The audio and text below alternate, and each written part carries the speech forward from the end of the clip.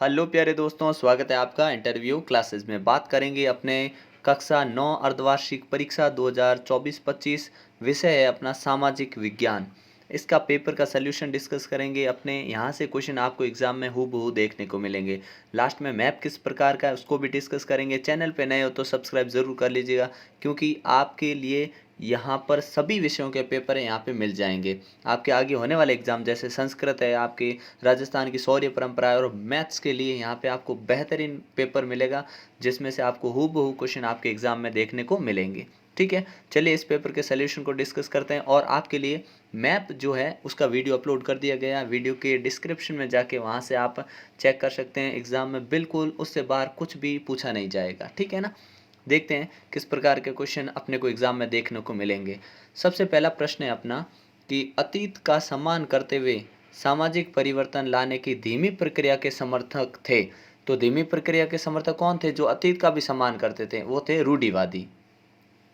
Option अपना C correct हो जाएगा। ठीक है, रूढ़िवादी।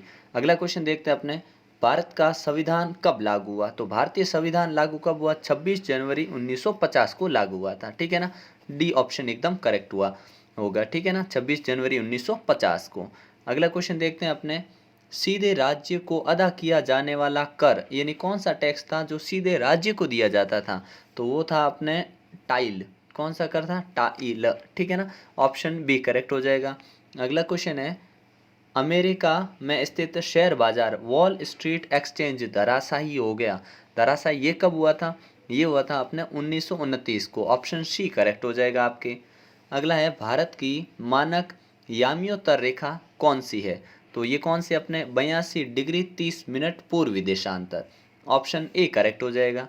नेक्स्ट क्वेश्चन है, लोकसभा चुनाव के लिए देश को कितने निर्वाचक क्षेत्रों में बांटा गया है? तो भारत में जो निर्वाचन क्षेत्र है वो है 543 निर्वाचन क्षेत्र। ठीक है, नेक्स्ट क्वेश्चन देखते हैं अपना, निम्न में से उत्पादन का प्रमुख साधन है। उत्पादन का प्रमुख साधन क्या है? भूमि, श्रम, पूंजी, ये तीनों ही है। ठीक है ना, तो उपरोक्त सभी। ऑप्शन कौन सा? डी करेक्ट हो जाएगा अपने। डी एकदम करेक्ट आंसर है।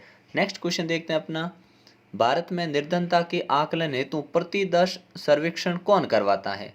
तो ये कौन करवाता है? ये करवाता अपने राष्ट्रीय प्रतिदर्श सर्वेक्षण संगठन। तो इसका नाम याद रखिएगा पूरा। ठीक है ना, जो कि निर्धनता का आकलन करवाता है। और इसकी शॉर्ट फॉर्म ऐसे NSSO ऐसे देके हमसे पूछी जा सकती है कि NSSO को पूरा नाम क्या है? तो क्या होगा? राष्ट्रीय प्रतिदर्श सर्वेक्षण संगठन। ठीक है ना, नेक्स्ट क्वेश्चन देखते हैं, टूटी हुई जंजीर से क्या तात्पर्य है? टूटी हुई जंजीर से क्या तात्पर्य है? तो आंसर लिखेंगे, टूटी हुई जंजीर जो थी अपने आज़ादी का प्रतीक है। किसका? आज़ादी का प्रतीक है। ठीक है ना, ये ध्यान रखिएगा।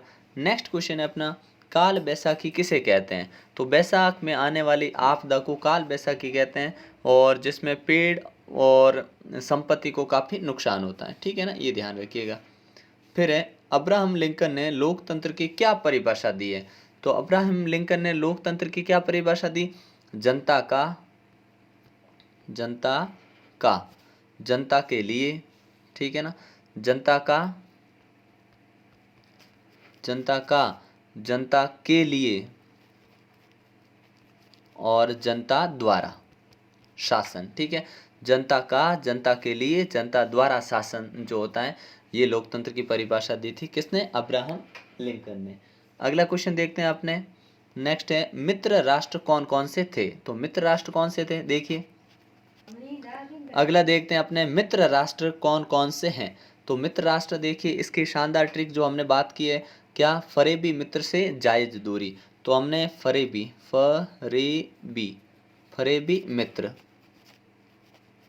से जायज दूरी, जायज की जगह जायज दूरी ऐसे लिख देंगे। ठीक है, दूरी मतलब होता है धुरी। ये धुरी राष्ट्र है। धुरी में आता है अपने जापान, इटली और जर्मनी। ठीक है ना, और फरेबी में फ्रांस, और र से बन जाएगा अपने रशिया, रूस, और बी से ब्रिटेन। तो फ्रांस, रूस और ब्रिटेन ये क्या है? मित्र राष्ट्र है। ठीक है ना, तो ये दोनों ही ध्यान रखिएगा।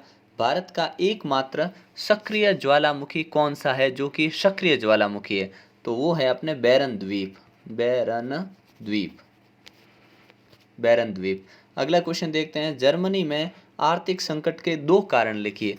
तो जर्मनी में आर्थिक संकट के कारण लिख सकते हैं कि विदेशी ऋण काफ़ी ज़्यादा हो गया था, विदेशी ऋण पे इनकी निर्भरता थी, और दूसरा इन्होंने युद्ध के लिए बहुत सारा कर्जा ले रखा था, ठीक है, और वहाँ पे आय के साधन बहुत कम थे, ये लिख सकते हैं। अगला क्वेश्चन है अपना कि नाइट ऑफ ब्रोकन ग्लास की घटना क्या है। तो ये घटना याद रखनी है आपको कि समय था 9 नवंबर 1938।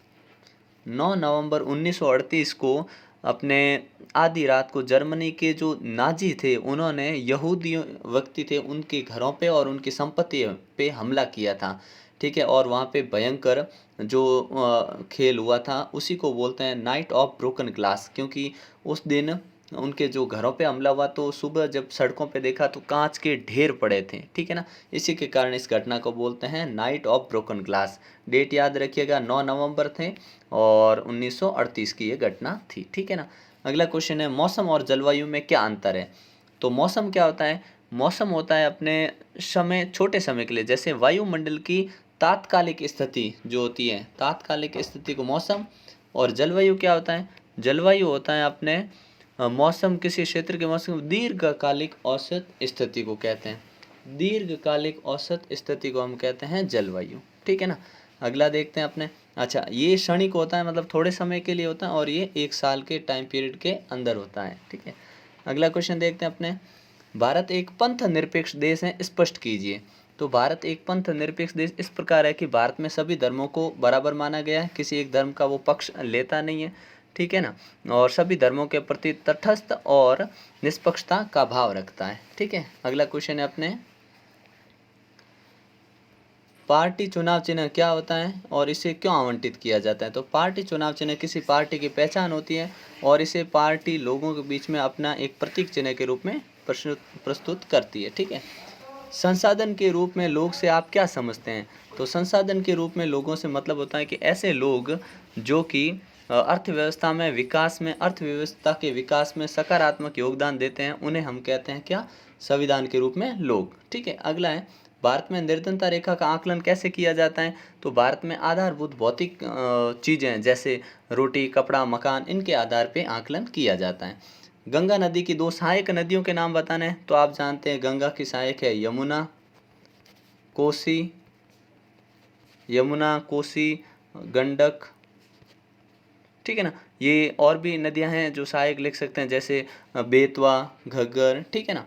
समाजवाद की कोई 2 विशेषताएं बताने आपको, और मानव पूंजी निर्माण में शिक्षा की क्या भूमिका, ये 2-2 नंबर के क्वेश्चन है। फिर आपसे 3-3 नंबर के क्वेश्चन में इस प्रकार से पूछे जाएंगे, इनको भी आप एक बार अच्छे से तैयार कर लीजिएगा, ठीक है ना। जिसमें अपने मुख्य रूप से प्राथमिक द्वितीय क्षेत्र में गतिविधियां जो कैसे संचालित होती हैं, लोकतांत्रिक, गैर लोकतांत्रिक है, मानसूनी वर्षा की विशेषता बतानी, ठीक है ना। ये क्वेश्चन इनको एक बार अच्छे से तैयार कर लीजिएगा। फिर बड़े क्वेश्चन में ये बहुत इंपॉर्टेंट क्वेश्चन है जो आपको अच्छे से प्रिपेयर करने हैं, ठीक है ना। यहाँ देखिए जो कि आपको अथवा में मिलेंगे, इसलिए इनमें ज़्यादा समस्या होनी नहीं चाहिए। फिर जो अपने मैप की जो चीज़ें दे रखी है आपको, अरावली श्रेणी है, लक्षद्वीप है, सिक्किम है, और कोरामंडल तट है, थार का मरुस्थल, पश्चिम बंगाल, मालाबार तट, पुलिकट झील, ये सब हमने मैप में डिस्कस कर रखे हैं। अगर आपने वो वीडियो नहीं देखा तो वीडियो के डिस्क्रिप्शन में जाके आप चेक कर सकते हैं, वहाँ से आपको मिल जाएगा, ठीक है ना। तो इस प्रकार से आप अगर तैयारी करते हैं तो आपको कोई दिक्कत आने वाली नहीं है एग्ज़ाम में, ठीक है।